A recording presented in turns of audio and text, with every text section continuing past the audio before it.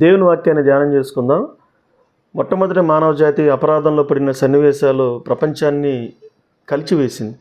ఏంటంటే ఆదికాండం 2వ అధ్యాయము 17వ వచనంలో, అయితే మంచి చెడ్డల తెలివినిచ్చే వృక్షఫలములు తినకూడదు, నీవు వాటిని తినమని నిశ్చయముగా చచ్చెదవని నరునికి ఆజ్ఞాపించను. పరిశుద్ధ గ్రంథంలో దేవుడు ఆజ్ఞాపించును అని రాయబడితే అది ఆజ్ఞ. ఈ ఆజ్ఞను అతిక్రమిస్తే పాపం చేసినట్లే. కాబట్టి పాపం అంటే ఏంటంటే దేవుడు చెప్పిన మాట వినకపోతేనే పాపం, చెప్పని మాట చేస్తే పాపం. అర్థమైందా? మరి మొట్టమొదటి మానవుడికి ఎందుకు ఆ ఏదెను తోట ఇప్పుడు మనం చూస్తున్నప్పుడు మెస్పటోమియా అనే ప్రాంతం ఆదికాండం 12వ అధ్యాయంలో చూస్తాం. అది మెస్పటోమియా అనే ప్రాంతం అబ్రహాం కాలంలో చూస్తున్నాం. అక్కడ ఆ ప్రాంతాల్లో మరి ఇరాక్ అనే దేశంలో మొట్టమొదటి మానవుడు జన్మించినట్లుగా హిస్టారికల్గా కొంతమంది చెప్తున్నారు. ఎందుకు అది ఆధారంగా చూపిస్తున్నారంటే అక్కడ కొన్ని నదులు ఒక నది ప్రవహించినట్లుగా చూస్తున్నాం. అందులో ఒక నది 4 శాఖలుగా విభాగించబడి 4వ శాఖలకు 3వ శాఖ యూఫ్రటీస్ నది అని చెప్పి వ్రాయబడింది. ఇదేంటంటే ఏదైనా తోటను సేద్యపరచుటకు అది ఫ్లోగా వచ్చిందంట. అంటే యూఫ్రటీస్ నది ఎక్కడ ఉంది అని చూస్తే ఇరాక్ అనే దేశంలో ఉంది. కాబట్టి ఇరాక్ అనే దేశంలో మొట్టమొదటి మానవుడు మనుగడ జరిగినట్లుగా బైబిల్ తెలియజేస్తుంది, కొంతమంది చరిత్రకారు తెలియజేస్తున్నారు. అయితే మొట్టమొదటి మానవుడికి దేవుడిచ్చిన ఆజ్ఞ ఏంటంటే మంచి చెడ్డలు తెలివినిచ్చే వృక్షఫలం. విషయం ఏంటంటే మంచి చెడ్డలు తెలుసుకునే వృక్షఫలం దేవుడు అక్కడ ఎందుకు పెట్టాడు? ప్రభు అక్కడ ఎందుకు పెట్టారు? అది పెట్టకపోతే ఈ ప్రపంచం అంతా ఇప్పుడు పాపంలో ఉండేది కాదుగా పాస్టర్ గారిని చాలామంది అంటారు. అయితే బైబిల్ గ్రంథంలో ఇంకో మాట ఉంటుంది. ఏంటంటే 1 తిమోతి పత్రికలో ఒక మాట ప్రభువారు తెలియజేస్తారు. ఏంటి ఆ మాట అంటే 1 తిమోతి పత్రికలో ఒక చక్కటి మాట ఉంటుంది.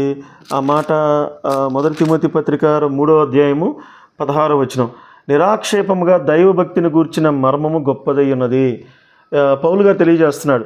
నిరాక్షేపముగా దైవభక్తి గూర్చిన మర్మము గొప్పదై ఉంది.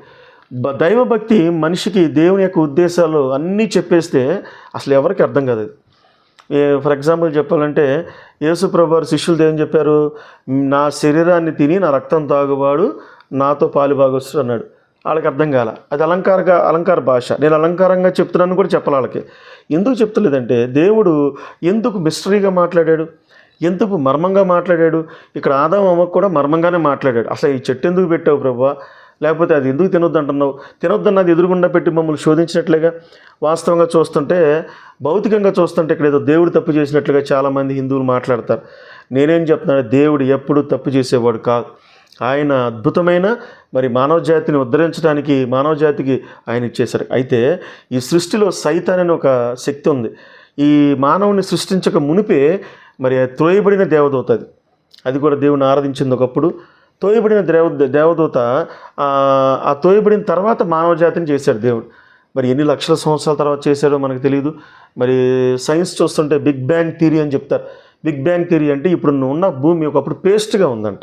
ఈ పేస్ట్గా ఉన్న భూమి ఇప్పుడు మనం చూస్తున్న ఈ మట్టిగా మారడానికి కొన్ని లక్షల సంవత్సరాలు పట్టిందని బిగ్ బ్యాంగ్ థియరీలో శాస్త్రవేత్తలు తెలియజేస్తున్నారు. నేనేమంటానంటే ఈ భూగ్రహం మీద మొట్టమొదటి మానవుడు శాపానికి గురైన ప్లేసు ఇరాక్ దేశం. ఇరాక్ గురించి మీరు చెప్తే అంతకుముందు జార్జ్ బుష్ అనే అమెరికా అధ్యక్షుడు ఇరాక్ దేశంలో ఉన్న సద్దాం హుస్సేన్ ఉరి తీసుకుని చంపేశాడు ఇంటర్నేషనల్ కోర్టులో. అక్కడ ప్రపంచానికి ప్రతి కాంట్రవర్సీలు అక్కడే అవుతుంది. ఇప్పుడు అక్కడ ఏముంది అని చెప్పి బైబిల్ తెలియజేస్తే బంగారం దొరుకుతుందంట. మీరు నమ్మండి, ఈరోజు అరబ్ దేశాల్లో బంగారం కేజీలు అమ్ముతారు అక్కడ.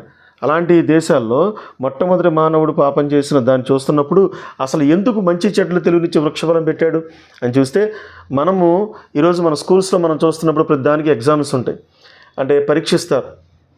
దేవుడు పరీక్షించడం అంటే ఒక మనిషి మంచివాడా చెడ్డవాడా అని తెలుసుకోవడానికి పరీక్షించబడాలి. ఈ పరీక్షించబడినప్పుడు సైతాను ఈయన్ని ఉల్లంఘించింది కదా. మానవుడు ఉల్లంఘించకుండా ఈ సైతానికి సవాలు ఇస్తున్నాడు దేవుడు. నేను నా బిడ్డని ఒక చెట్టు పెడుతున్నాను, ఆ చెట్టు అతను టచ్ చేయడు సైతాన్తో ఆయన మాట్లాడితే ఆ సైతాను కాదు, అతను ఓడిపోతాడు, నేను వాడగొడతా అంటే సైతానికి దేవునికి జరిగిన ఒక భయంకరమైన యుద్ధంలో లేకపోతే ఒక పోరాటంలో మానవుడు సైతాను బారిన పడిపోయాడు. అందుకు దేవుడు సైతాను ఒకప్పుడు లూసిఫర్ యేసు దేవుడి దగ్గరే ఉన్నాడు. ఆయన త్రోసివేయబడిన దేవదూత తోయబడక మునుపు దేవుడి దగ్గర ఆయన ఆరాధన చేస్తున్న గుంపు గర్వించబడినప్పుడు తోసిన తర్వాత మనుషులన్నా కూడా ఆయనకి అనుకూలంగా ఉంటాడనే ఉద్దేశంతో సైతానికి సవాళ్ళు విసిరాడు దేవుడు. అయితే మనిషి మళ్ళీ సైతాన్ మాటే విన్నాడు. విని మొట్టమొదటి మానవుడు కాబట్టి ఆయన దేవుడు ఏదైనా మంచి చేసేవాడే. అయితే ఈ తప్పుని సరిచేయటానికి ఈ మానవుడి శాపాన్ని ఆయన భుజం మీద వేసుకుని ఎవరు అన్నారంట, మనిషిని శాపగ్రస్తులు చేశాడు, శాపగ్రస్తున్న దేవుడినే చంపేయాలని అన్నట్టు ఎవడు. అదేగా జరిగింది. ఇప్పుడు శాపం అయిపోయిన దేవుడిని యేసుప్రభుని భూమి మీదకి రాగానే ఆయన చంపేశారు. ఆయన మానవ కొరకు ఆయన ప్రాణం పెట్టిన దేవుడు. ఈ మొట్టమొదటి మానవుడికి మహిమ ఇచ్చాడు దేవుడు. ఈ మహిమని కోల్పోయాడు పాపం చేయబట్టి, ఆజ్ఞ అతిక్రమించబట్టి. కోల్పోయిన తర్వాత అక్కడ తర్వాత కోల్పోయబడిన మహిమను, పోగొట్టుకున్న మహిమను కడపటి ఆదామైన యేసుక్రీస్తు ప్రభువు ద్వారా మరలా మానవుడికి ఇచ్చి దైవ సేవకులు క్రైస్తవుల ద్వారా దేవుడు అద్భుతాలు చేస్తున్నారు. కాబట్టి బైబిల్ గ్రంథాన్ని మనము దేవుడు చెప్పిన ఆలోచనలతో మనం ధ్యానం చేయాలి, లేకపోతే భక్తిహీనులు అయిపోతారు.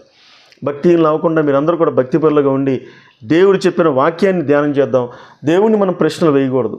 అంటే వేయొచ్చు, కానీ మనం ఆయన బ్లేమ్ చేసినట్టుగా మనం మాట్లాడకూడదు.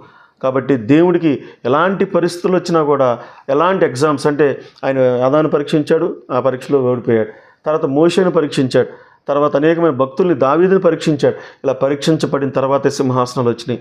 కానీ ఈ భూమి మీద మానవులందరం కూడా మనందరం పరీక్షించబడతాం. ఈ పరీక్షించబడిన మనము ఆయన చెప్పిన అంత్యకాలంలో ఆజ్ఞ ఏంటంటే మనం బాప్తిస్తాలు పొందుకుని ఆయన రాకడికి సిద్ధంగా ఉండి ప్రతి ఆదివారం చర్చికి వెళ్ళి మరి సైతాన్ మాట వినకుండా దేవుడి మాట విని మన పరలోక రాజ్యానికి వెళ్ళాలని దేవుడు తెలియజేస్తున్నాడు.